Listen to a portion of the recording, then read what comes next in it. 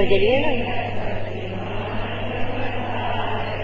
रोम रोम में करे उजारे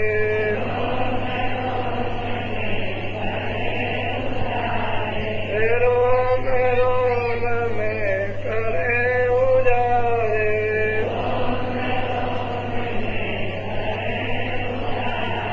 अनामी पुरुष करतार तुमको लाखों प्रणाम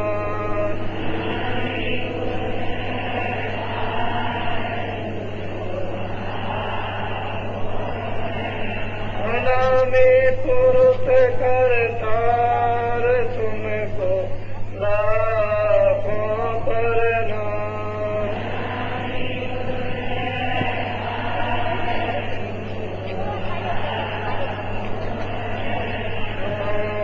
तुमको लाखों प्रणाम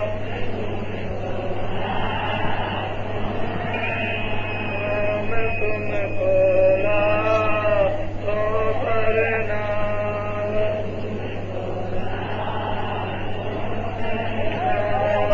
तुमको लाखों प्रणाम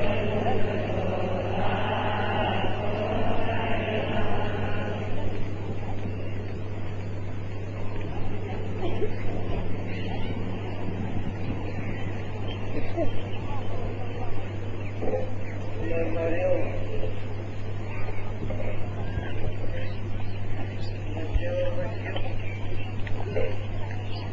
बड़े ध्यान से इतने विवेक और विचार के साथ संदेश को सुनेंगे। ये जो कुछ भी विपदा मुसीबत तकलीफ बीमारी तरह तरह के लोग लड़ाई झगड़े कतल चोरियां डकैतियां तरह तरह की बेईमानियां और जबरनगिरी ये जो कुछ भी हो रही है ये सब विचार ही अपने अपने किए हुए कर्मों का फल कर्म से ये सब तकलीफें आती है। अच्छे कर्मों से अच्छा आराम मिलेगा और बुरे कर्मों से हैरानी और परेशानी मिलेगी। आज हम जो भी काम कर्म करते हैं तो विचार मानवता रहित पशुवत काम करते हैं, इसलिए ये सब तकलीफें मुसीबतें आनी जरूरी है। इसमें कोई परमात्मा की तरफ से रिपोर्ट नहीं है। जब हम अपने शरीर में मन में बुद्धि में चित्त में अंतःकरण में गंदगी जमा कर लेते हैं तो उसी का विस्फोट हो जाता है। उन्हीं कर्मों में आग लगती है जो हमको जलाते हैं, नहीं रहने देते। इसीलिए प्रकृति है, कुदरत है, वो अपना काम करती रहती है। ज्यादा हवा चलेगी, आंधी आएगी, हवा धूल में मिलकर गंदी हो जाएगी, आप लोग उससे सांस नहीं ले सकते। इसी तरह से जो कर्म जमा होते हैं अंतःकरण पर, उन कर्मों का असर आपके खून पर, आपकी नसों पर, आपके मन पर, आपकी बुद्धि पर, चित्त पर, ये सब पैसा।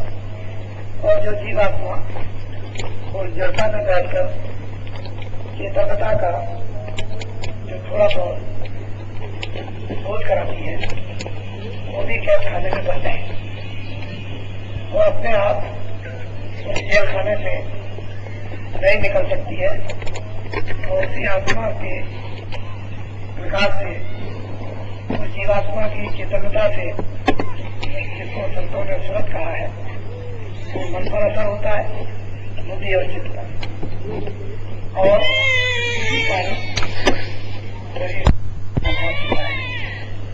इन सबको दूर करने के लिए मन शुद्ध पवित्र, बुद्धि शुद्ध पवित्र, अंतःकरण पवित्र, इन गंदगियों से बचे, बीमारी परेशानियों से मुक्त हो, उसके लिए आपको अच्छे कर्मों की सामग्री जुटानी पड़ेगी। अच्छे लोगों का साथ संग करना पड़ेगा। जब अच्छे लोगों का संग साथ आप करेंगे तो अच्छे लोगों से पवित्रता मिलेगी, बुरे लोगों से, उनके संग साथ से गंदगी मिलेगी। गंदगी से दुख होगा और पवित्रता से आराम होगा, शांति मिलेगी। हम लोग इस वर्तमान काल समय में जो कुछ भी कर्म काम हो रहा है उसको अच्छा अच्छा कहने लगते हैं। अच्छा अच्छा कैसे कहते हो उस पूरे कहा साथ देने लगते हैं। अच्छा कहकर पता चलता नहीं, अंतिम बतवा ये आपके सामने ये भयंकर दुख खड़े हो जाते हैं। इसीलिए हमेशा समय समय पर संतों ने आकर इस कलयुग में बहुत भाव से जगाया, आडंबर से दूर रहो, धोखे से दूर रहो, बुराई से दूर रहो, झूठ से दूर रहो, कपट से दूर रहो, चोरी बेईमानी से दूर रहो, बुरे लोगों से दूर रहो, अच्छे लोगों का संग करो, अच्छे कर्म करो, यथाशक्ति जो हो जाए सेवा करो।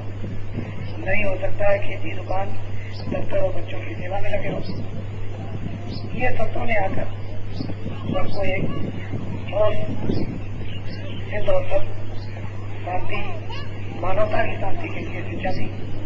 जब उन्होंने देखा कि अब ये लोग शुद्ध और पवित्र हैं इस मानवता कामों से, तो उन्होंने अपना बुद्ध भेद उनको दिया और उनको डाला, भजन में लगाकर उनकी आत्मा को जगाया। इतना समय नहीं है, बहुत समय लग जाएगा शुद्धि करने में, तब तक समय आपका पूरा हो जाएगा। फिर यह अवसर जीवात्मा के जागने का मिलेगा नहीं। तो महात्माओं की समय समय वक्त की कमजोरी, वक्त की कमी और समय की व्यवस्था से उन्होंने सोचा ये अवसर तो जीव को मिलेगा नहीं, लेकिन कुछ थोड़ा बहुत दुखम सुखम के बीच में रहकर और नाम की थोड़ी बहुत कमाई या नामों का लेना, रूप की याद, कुछ मनोरंजन, चित्त निर्मल थोड़ा बहुत हो जाए, उनका शेष अवस्था में कुछ ना। तो संतों महात्माओं ने मालिक से इजाजत लेकर और आपके लिए बहुत मसलहत बदल दी और सोचा ये रोते भी रहे और भजन भी करते रहे। जो कर्म भोग है तो धीरे धीरे धीरे धीरे मालिक के नामों को ले लेकर आसानी से भोग लिया जाएगा। और जो नवीन कर्म जमा किए गए वो धीरे धीरे भजन और ध्यान से साफ कर लिया जाएगा।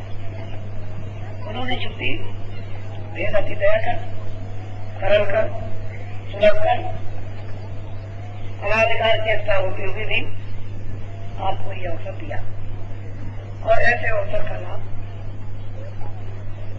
वर्तमान जो समय जिसको रोज रोज बाद में आप लोग कर रहे हैं उसमें कुछ करना चाहिए, कुछ जमा कर लेना चाहिए। लेकिन आप देखते हो संसार में जो ज्वाला जल रही है और प्रचंड जलने वाली है और होली लगने वाली है तो आपको बोध होता नहीं, तो भूल जाते हैं। तो जिस प्रकार की घर गृहस्थी में पति और पत्नी को अधिकार दी है उसके अंतर्गत उसके अनुकूल चलोगे तो उतना ही सुख पत्नी को, उतना ही आराम पति को मिलेगा। लेकिन घर की व्यवस्था को, उस अनुकूलता को त्याग कर छोड़ दोगे तो दोनों दुखी हो जाएंगे, समाज भी दुखी हो जाएगा, देश भी दुखी हो जाएगा, मानव दुखी हो जाएगा। तो हम लोग छोटी व्यवस्था को न समझकर बड़ी व्यवस्था को समझना चाहते हो नहीं। पहले छोटी समझो, उस पर विजय प्राप्त करो, फिर बड़ी, और बड़ी जब व्यवस्था को समझोगे तो उस पर सिद्धि होगी, आधिपत्य होगा, तब जाकर के दूसरों की अपने उन कामों से जो मानव काम आपके निष्ठ हो गए, अनुकूल कार्य करने लगे, उनसे लोगों को आराम मिलता है और दुख जाता है। लेकिन ये देखने को जो हवा बह रही है, ऐसी हवा में हमें लोग टिके हुए, बाकी सब लोगों ने धीरज तोड़ दिया। लोग ये कहने लगे भगवान नहीं है, मंदिर में देवता नहीं है, तीर्थ स्थान नहीं है, रामायण और गीता नहीं है, वेद और पुराण नहीं है। ये जो कुछ भी है ये बेईमानी का जो टका होता है, रुपया और पैसा मिट्टी का, यही सब भगवान है। ऐसे लोग बैठे हैं जिससे कि मानव कर्म त्याग चुके हैं। अब आप इस मैदान में डटे हुए हो, लेकिन आपको संकट क्या मिला? ऐसे मैदान में बड़े बड़े संकट लोगों को मिलते आए, उन संकटों को इतिहास सुनते आए और बहुत इतिहास बने। उन इतिहासों को पढ़ने से पता चलता है और हमने भी देखा कि जब लोग अपने देश की देशभक्ति के लिए, अपने देश के धर्म के लिए, अपने देश की सत्यता और सादगी के लिए जब लोग लगे तो बड़े बड़े कष्ट आए, जाने दे दी, कपड़े उतर गए, घर जला दिए गए, जेलों में ठूस दिए गए, पैर तोड़ दिया गया, आंख फोड़ दी गई, सिरों को उतार दिया गया, काले पानी हुए, बहुत विविध भाग की घटनाएं लोगों ने झेली, दुखित से दुखित। तो वो बात आप पर नहीं आई। मैं ऐसे परिवर्तन जमाने को नहीं देख पाया। जो बुजुर्ग अभी कुछ उम्र लेकर बैठे हुए हैं तो उस जमाने को जब याद करते हैं और करते होंगे तो उनको ये मालूम होगा। इसलिए आप सबके सब परमार्थ के रास्ते में, संसार के रास्ते में, संसार भी न बिगड़े और मार्ग भी न बदले, दोनों रास्ते में अपने अपने व्यवस्थित, मर्यादित, मानवता सहित जब आप चलोगे तो दोनों रास्ते आपके तय हो जाएंगे। इधर का भी होगा, उधर का भी तय हो जाएगा। लेकिन सोचोगे समझोगे नहीं तो बड़ा मुश्किल होगा। तो इसलिए आपको छोटी और बड़ी सब प्रकार की शिक्षा मिल रही है। और ये बात ये सही है कि मैं इन दिनों में जब आश्रम में रह गया तो आपको अपना काम प्रचार का करना चाहिए था। संसार एक पैसा, बर्बाद 99 पैसे। संसार का भार एक ही पैसा और परमार्थ का भार 99 पैसे। प्रचार होना चाहिए, उसकी जरूरत थी। लोगों के अंदर एक और पैदा होगी, लोगों के अंदर एक ज्ञान की, एक सही चीज की एक हरकत पैदा होगी। जब समाज भेद में या किसी अंग में बन जाता है तो बड़ी हरकत करता है, उससे दर्द होता है और वो ऐसी जगह चलता है कि अपना जैसा सारे अंग को बनाना चाहता है, लेकिन खून का इतना ज्यादा दबाव पड़ता है कि उस गंदगी को अपने में नहीं लेता तो पीड़ा करता है। फिर आप जाते हो डॉक्टर के पास में, उसकी चीज पहुंचा देते वो निकल जाता है तो आराम होता है। ठीक इसी तरह से संसार कर्म है। तुम चाहते हो कि अच्छाई में प्रवेश हो जाए, लेकिन अच्छाई उसको धक्का मारती है, अपने में प्रवेश नहीं होने देती। लेकिन जब नहीं होने देती है और धक्का मारती है तो तब पीड़ा होती है, शांति होती है, तरह तरह की झंझट होती है। अगर तुम उतने हिस्से की गंदगी को निकलवा लो, बस बिल्कुल आराम हो जाएगा। ये बड़ी बारीकी के उपदेश है जिनकी हर एक किसी को जरूरत है और समझते नहीं हो, जानते नहीं, अपने काम में लगना चाहिए। जब ये बात तुम्हारे सामने है तो दूसरे को श्रेय क्यों देते हो? जब मेहनत करते हो, परिश्रम करते हो तो श्रेय तो अपने पास रखो। कलयुग जाएगा, सतयुग आएगा तो आप अपना काम करो। जाने वाला अपना काम करेगा, आने वाला अपना काम करेगा। तुम अपना श्रेय लो, तुम अपनी चीज को बरकरार अस्थायी रखो, दूसरे के ऊपर क्यों डालते? लेकिन जो बात बताई जाती कैसे होगा, कैसे नहीं होगा, क्या हो जाएगा, तरह तरह की भावनाएं। लेकिन मालिक को जब ये काम कर्मों के द्वारा कराना ही है तो क्षणों में भी करा देगा। तो हमको श्रेय क्या मिलेगा? रावण को मार सकते, उनके पास में इस तरह की शंकर और कई ऋषियों मुनियों की शक्ति थी कि सुधरने बैठे महाभारत कर सकते। जब सुदर्शन चक्र को छोड़ देते हैं तो संसार खत्म कर सकते थे, लेकिन फिर लोगों को श्रेय क्या मिलता? फिर उसका इतिहास क्या हो तो सुदर्शन चक्र छोड़ दिया और तमाम मरते चले जा रहे हैं, तो ना उस सुदर्शन चक्र का इतिहास बनता, न लोगों को श्रेय मिलता।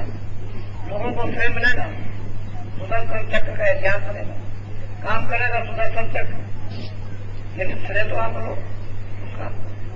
लेकिन नहीं, उस समय पर भी ऐसी बात आई। मैंने आपको ये बताया परमात्मा का रास्ता है, संसार का रास्ता नहीं है। ये सात्विक शुद्ध पवित्र ऊंचा से ऊंचा सरल से सरल ये परमात्मा का रास्ता है। इसके लिए जो भी यत्न इसकी जागृति के लिए करने पड़ेंगे वो सब किए जाएंगे। वो बात पिछले सोचते रहो और ध्यान में रखो तो आगे ये उलझन खुद को तो नहीं आनी चाहिए, जो दूर हो उसको हो भी जाए, लेकिन स्वयं को नहीं। तो जब तुम स्वयं उलझन में हो जाओगे दूर वाले को क्या पता चलेगा? बड़ी मोटी बात है। हर बात को ध्यान में रखो। होली का अवसर है, कई वर्षों से यहाँ ये होली मनाई जाती है, इसमें कोई संदेह नहीं है। आपको वैसा ही सत्संग मिलता है, और आप सबका लाभ होता ही है।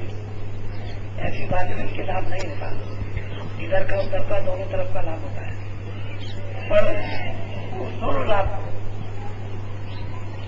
रखो, उसको फेंक मत दो, गिरा देते हो, इधर का भी गिरा दिया उधर का भी खाली हो जाता है। ये नहीं होना चाहिए। सत्संगी एक भक्त एक ज्ञानी संसार को रोशनी दिया जाता है, भक्ति सिखाया जाता है, शक्ति देता है, लोगों को चरित्रवान बना देता है। और तुम कितने आदमी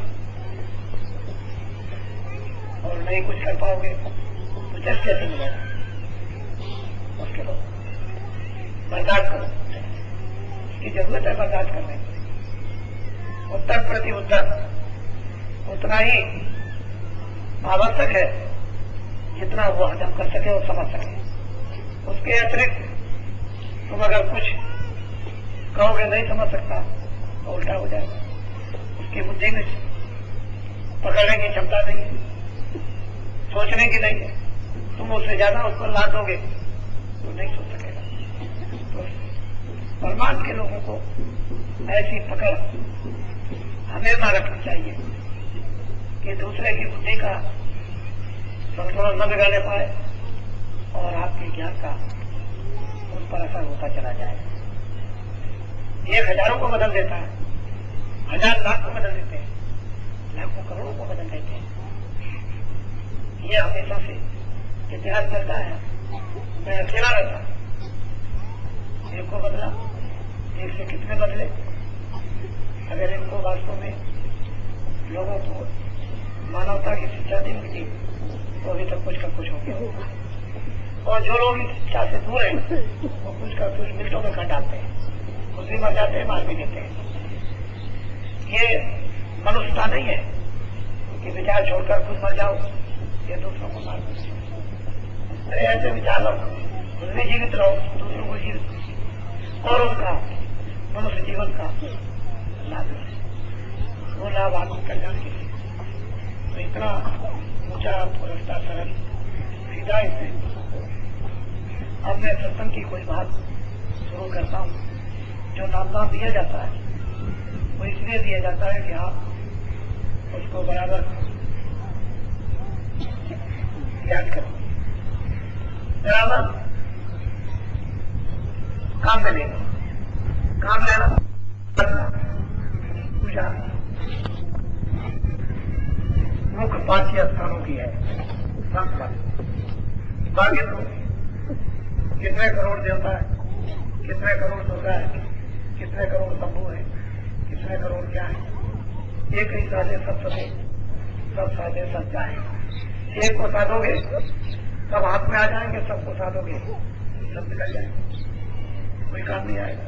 संत मत में पूजा 5 की है, उसी की उपासना कर लो। जब वो प्रसन्न हो जाएंगे तो सब प्रसन्न हो जाएंगे। मोटी बात सीधी, उपासना का देर तक लोग तक है। ये पिंड है, यहाँ गुरु की महिमा, अंग है, वहां निरंजन भगवान की महिमा। जो सूक्ष्म लोक है वहां ब्रह्म की महिमा, जो पारब्रह्म लोक है वो पारब्रह्म की महिमा। अपनी अपनी जगह पर अपना अपना काम होना है, उस तरह से काम करोगे हो जाएगा। 5 स्थानों की उपासना, उसके आगे कोई उपासना नहीं, उसके आगे अलग, उसके आगे अगम, उसके आगे अनामी, उसकी कोई उपासना नहीं की जाती। न उसका कोई नाम है, न उसका कोई रूप है। इतना वो बड़ा, इतना वो सुंदर, जो रंग रूपों से वर्णन लिखने में नहीं आएगा, इसलिए उसकी तो कोई उपासना होती नहीं है। उपासना 5 स्थानों की, 5 स्वरूपों की, अलग अलग 5 नामों की होती है। उस उपासना को जब सिद्ध कर लोगे, अपनी मंजिल पर पहुंचोगे, तो ऊपर तो वहां पहुंचकर अपने आप उन अलग लोग, अगम लोग, अनामी लोग में चले जाते हैं। वहां कोई बंधन किसी तरह का नहीं है। लेकिन कोई आदमी भ्रमित बात करे कि बाबा जी ने ये नहीं बताया, बाबा जी ने ये नहीं बताया, उसने उसका अनुभव नहीं किया। किताबों में सब कुछ लिखा है, महात्माओं ने सब अनुभव लिखा और इतना सूक्ष्म लिखा है, कोई विस्तार नहीं किया, लेकिन इतना ज्यादा लिख दिया है कि जो वर्णन करने में नहीं आता उसको पढ़ पढ़ाकर नहीं बताया जा सकता। ये अनुभव की चीज है। जो अनुभव करने वाले ये वैज्ञानिक पुरुष जो पहुंचे हुए होते हैं, वही पूरा राज धीरे से सुलभ करके आसान करके बता देते हैं और आसानी से जीवात्माओं को जगाकर नाव पर सवार कर इनको निकाल के ले जाते हैं। बड़ी सीधी सादी वहां सब लोग अपनी अपनी चौकसी में और प्रचार जितनी तेजी से संसार धारा गिरने की बहे उतना ही परमात्मा की धारा से चलनी चाहिए। एक तरफ संसार की, एक तरफ परमात्मा की। संसार की धारा वाले संसार में रहकर चले जाएंगे, परमात्मा की धारा वाले परमात्मा में रह जाएंगे। एक पार उतर जाएगा, एक डूब जाएगा। अपना अपना एक रास्ता, एक सड़क, एक दिमाग अपना अपना बनाते हैं। जहां एक मंच के आदमी, एक ही मंच के रोने वाले इकट्ठे हो गए, कहां बच जाए? छोटे छोटे लोग एक जगह मिल जाते हैं, रोने वाले सब इकट्ठे हो जाते हैं। जो रोने वाला नहीं होता वो अलग हो जाता है। एक मंच के ऊपर तो समय आएगा, सब एक जगह आ जाएंगे और सब अपने उस मर्ज पीड़ा की दवा मांगेंगे। लेकिन आप अपनी जगह पर और अपनी सड़क पर रहो और चलो, और सड़क तैयार हो जाएगी तो फिर क्या उसको चलने वाले कितने आ जाएंगे? फिर तो सड़क पर जगह ही नहीं मिलेगी। लेकिन जब तक सड़क नहीं है तभी तक देर है। जब तक धार्मिक लोग नहीं है, जब तक लोग सत्यवादी नहीं है, तभी तक देर है। आंतरिक इच्छा मरती है। सब 24 घंटे में एक बात सोचते हैं, वो मुझे त्यागी बनना चाहिए, मुझे सत्यवादी बनना चाहिए, मुझे अच्छा बनना चाहिए।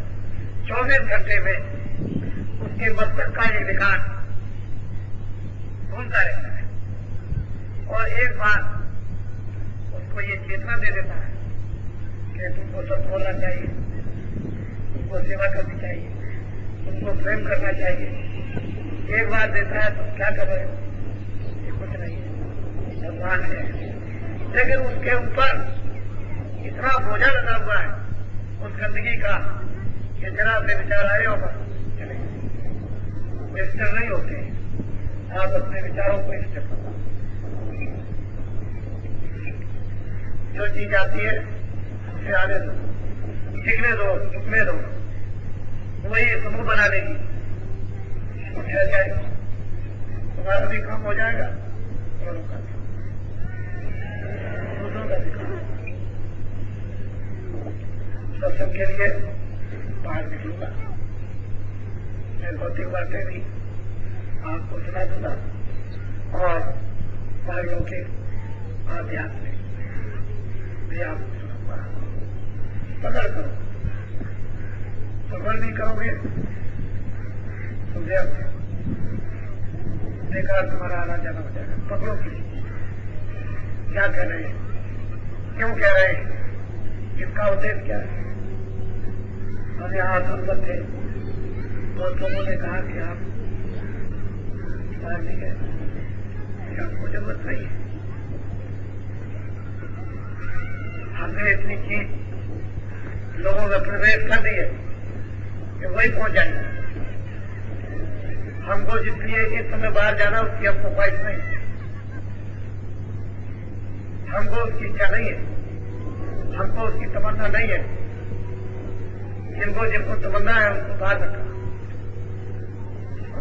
तमन्ना टकराएगी और मार्ग से स्वार्थ टकरा जाएगा और स्वार्थ से परमार्थ टकरा जाएगा।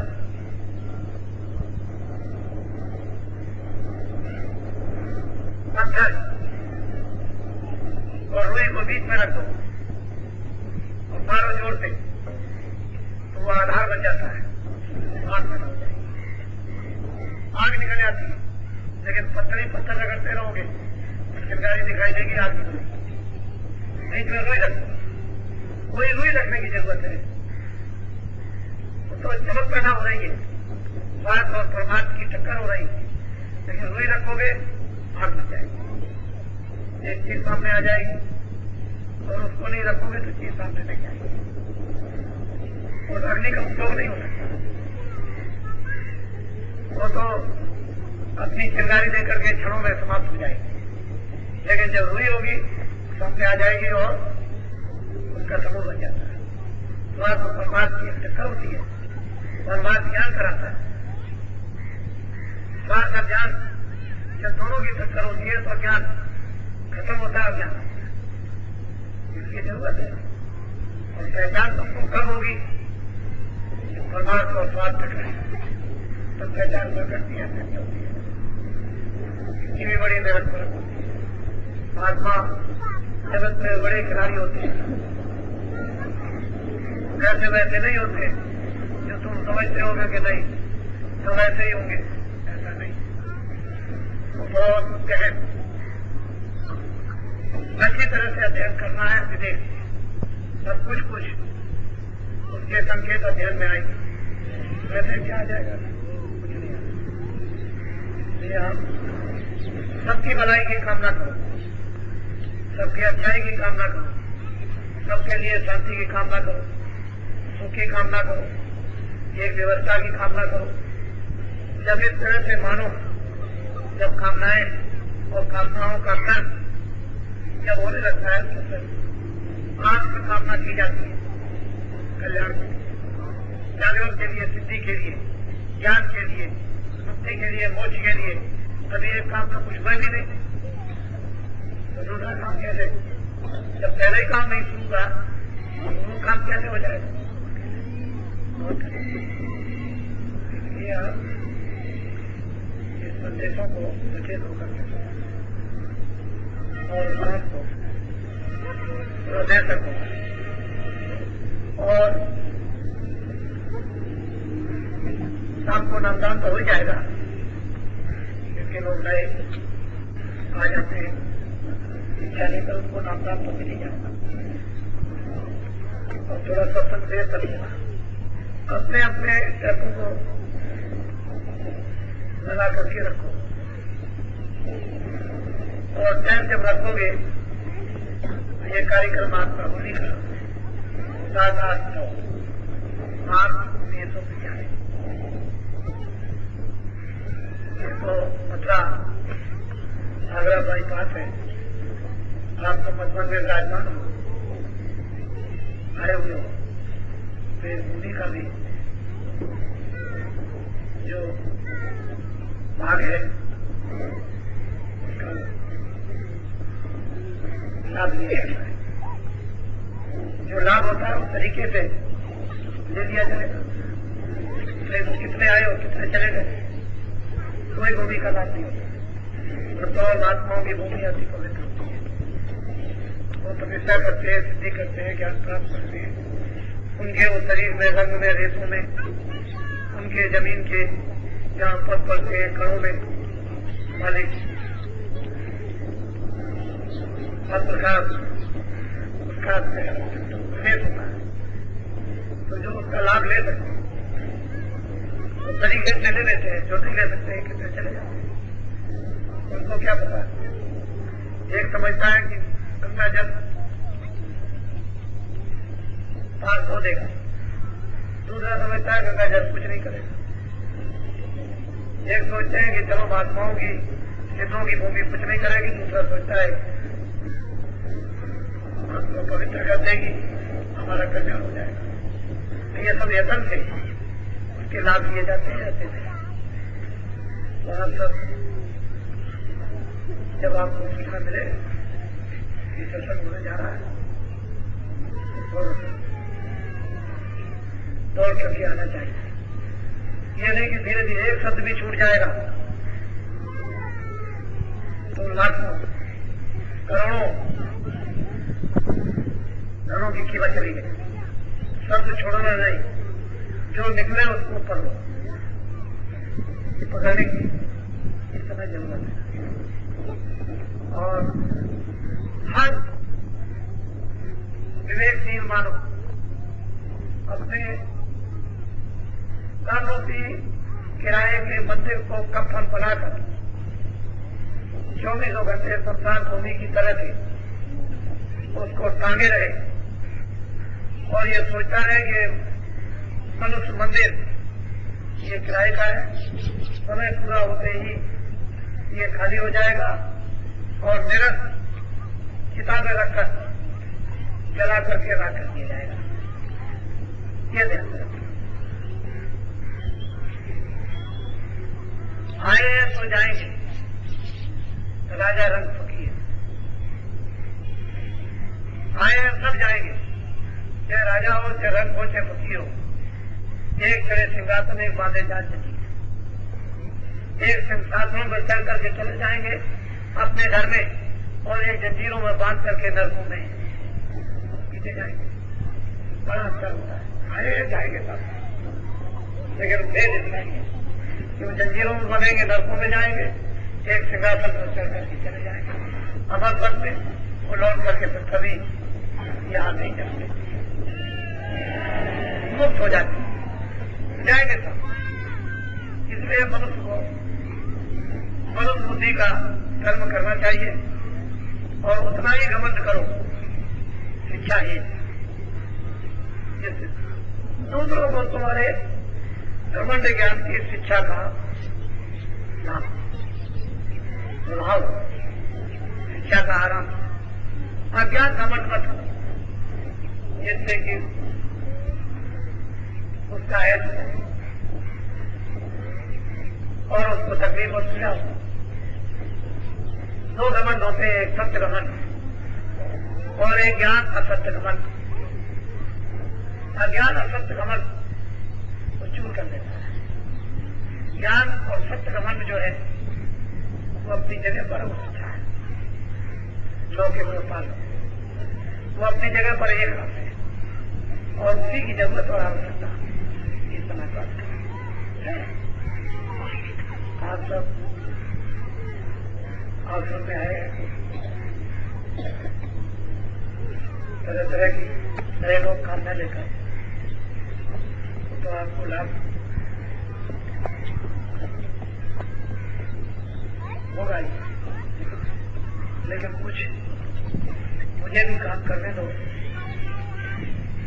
जिससे कि आगे आपको तकलीफ ज्यादा ना उठानी पड़े। मुझे काम करने नहीं दोगे, अपनी बात दुख की कह नहीं सकोगे और जो दुख के लिए दवा दी जाएगी वो ले नहीं सकोगे, वो खा नहीं सकोगे, उससे ज्यादा परेशान हो गए। इसलिए महात्माओं के स्थानों पर जाकर सिवाय लाभ के और हानि तो कभी होती नहीं, लेकिन तुम अपने कर्मों के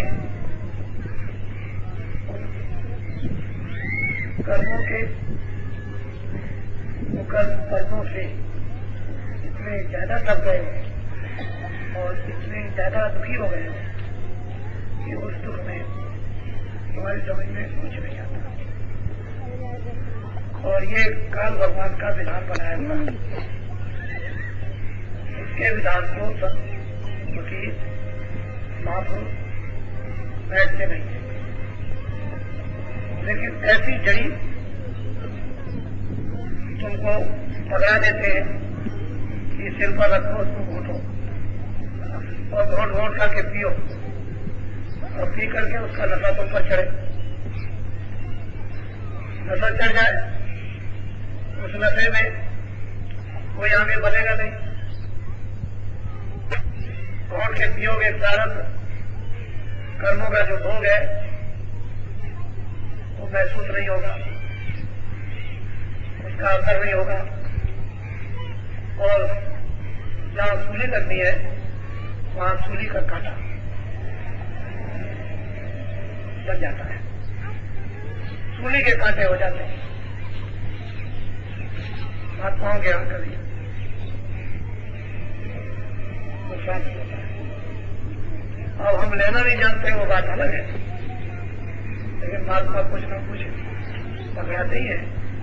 बहुत तरह की कहानियां उन भक्तों की गुरुओं के साथ में है, लेकिन उनको सुने और समझे और वैसा ही अपने आप को भी बना दे तो बहुत बड़ा काम है। तो आज विशेष शाम को संदेश होगा और सब लोग यहाँ पर होंगे। 5 बजे से कार्यक्रम होता है। 5 बजे के पहले 5 मिनट, 5 बजने में 5 मिनट पहले आप लोग यहाँ अपने आप उपस्थित हो जाए।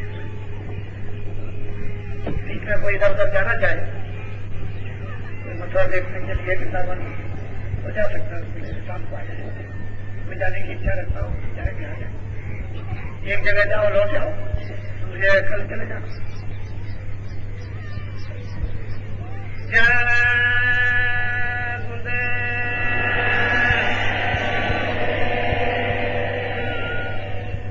ऐसा भी होता है, किसी आदमी ने कहा, मुझे सूचना मिली कि गोंडा में एक घटना हो गई, किसी ने हाथ पैर तोड़ दिए। लेकिन तुम ये विचार करो अंदर गहराई से कि हमने भी किसी के हाथ पैर तोड़ दिए होंगे, ये मान के क्यों नहीं चलते हो कि अगर हमने किसी के जबरदस्ती हाथ पैर तोड़ दिए होंगे तो कुदरत ने हमको ये सजा देकर और अपना अदला बदला वापस दे दिया, ये मान के क्यों नहीं चलते? अगर ऐसा मान के चलो बहुत लोग हैं, बहुत लोगों के तो हाथ पैर नहीं तोड़े गए। तो ऐसी घटनाओं के लिए आप कुछ मत करो, बर्दाश्त। अगर किसी ने ऐसी घटना की है तो उसके लिए वो मालिक सजा दे देगा और अच्छी सजा देगा, छोटी मोटी सामान्य सजा देगा और कितनों को सबक मिल जाएगा। लेकिन अगर तुम उसमें हस्तक्षेप करोगे तो मालिक अलग हो जाएगा। कहना भाई जब यही खुद का नाम तो मालिक के नाम पर बर्दाश्त करना ये भक्त का काम है, और भक्त के प्राण को रखना ये भगवान का काम है, ये उनका काम। लेकिन तुम ये बात पकड़ते नहीं, जब पकड़ते नहीं हो तुम ये परेशानी आ जाती है। खैर वो तो समय निकल गया, लेकिन हमें एक ऐसी बात आपके सामने, हमारा किसी से कोई विरोध नहीं, मानव मात्र से कोई विरोध नहीं। घृणा तो बुरे काम से है और होनी चाहिए, उसी से अलग रहो। आदमी से तो कोई घृणा है नहीं, उसकी क्रिया से घृणा है, ताकि तुम उसमें सम्मिलित न हो जाओ, तुमको दंड न मिले, उससे घृणा होनी चाहिए। आदमी जो क्रिया को जमा करेगा अपने आप बन पाएगा, लेकिन तुम उसके भागीदार हो सकते। को करे अपराध को पाप फल भोग, अर्थ विचित्र भगवंत को जग जाने जो। इस कर्म गति को कौन जान सकता है? जिसका योग प्रभु सत्ता से होता है। इस कर्म विधान को वो लोग जानते हैं कि किसने अपराध किया और किसको सजा मिल गई। किसने अपराध किया वो फांसी मिल गई। इसलिए ये राज ये योगी जानते हैं, संत जानते हैं, साध जानते हैं, और कोई नहीं जानता। और तुम चिल्लाते रह जाते हैं। तुम्हारे चिल्लाते क्या बनने वाला है? जो बनने वाला था वो बना।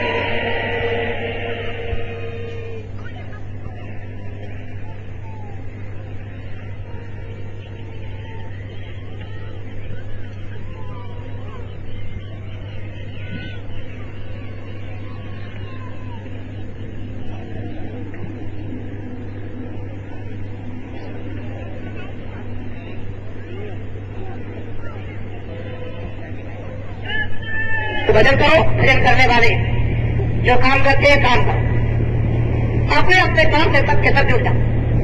जब जुड़ जाओगे, अपना अपना काम करने लगोगे, तो बीच के जितने भी बुखों बिछे हैं, कांटे बिछे हैं, बबूल बिछे हैं, वो धीरे से कोई ना कोई तुम्हारे पीछे लग जाएगा, रास्ता चला जाएगा, साफ कर देगा, एक साथ बन जाएगी। क्यों चिंता करते हो? वक्त और समय दिखा हमारे छोटे से उतारों को बहुत बड़ा उतारा सकते हो। स्त्रियां काम करें, पुरुष काम करें, कर्मचारी अधिकारी काम करें, व्यापारी काम करें, किसान जिनका नाम किसान काम करे, नौजवान जिनका नाम नौजवान काम करे, अपने अपने काम को करें। यहाँ आदमी बनाए जाते हैं, इंसान बनाए जाते हैं, मानव में मानवता लाई जाती है, मानव को चरित्र बताया जाता है, चरित्र पर खड़ा किया जाता है, मानव को सभ्यता सिखाई जाती है। ये हम जानते हैं कि कुछ चीजें आप 2 दिन में सीखोगे, कुछ 2 महीने में सीख जाओगे, लेकिन जब स्कूल में भर्ती हो जाओगे तो धीरे धीरे करके सब कुछ पढ़ा दिया जाएगा। बच्चा स्कूल में जाता है तो अज्ञान ही जाता है, संपूर्ण ज्ञान लिए हुए है, कोई ज्ञान नहीं लिए, लेकिन धीरे धीरे धीरे धीरे उसका ज्ञान नाश हो जाता है और ज्ञानी बन जाता है। इसी तरह से महात्माओं के उस समाज में आओगे, उस दायरे में आओगे और उस लक्ष्य में आओगे, तो धीरे धीरे तुम्हारा ये भौतिक कर्मों का ज्ञान ये समाप्त हो जाएगा और मानव सब कर्मों का ज्ञान उसका आप लोग पालन करने और कराने लगोगे।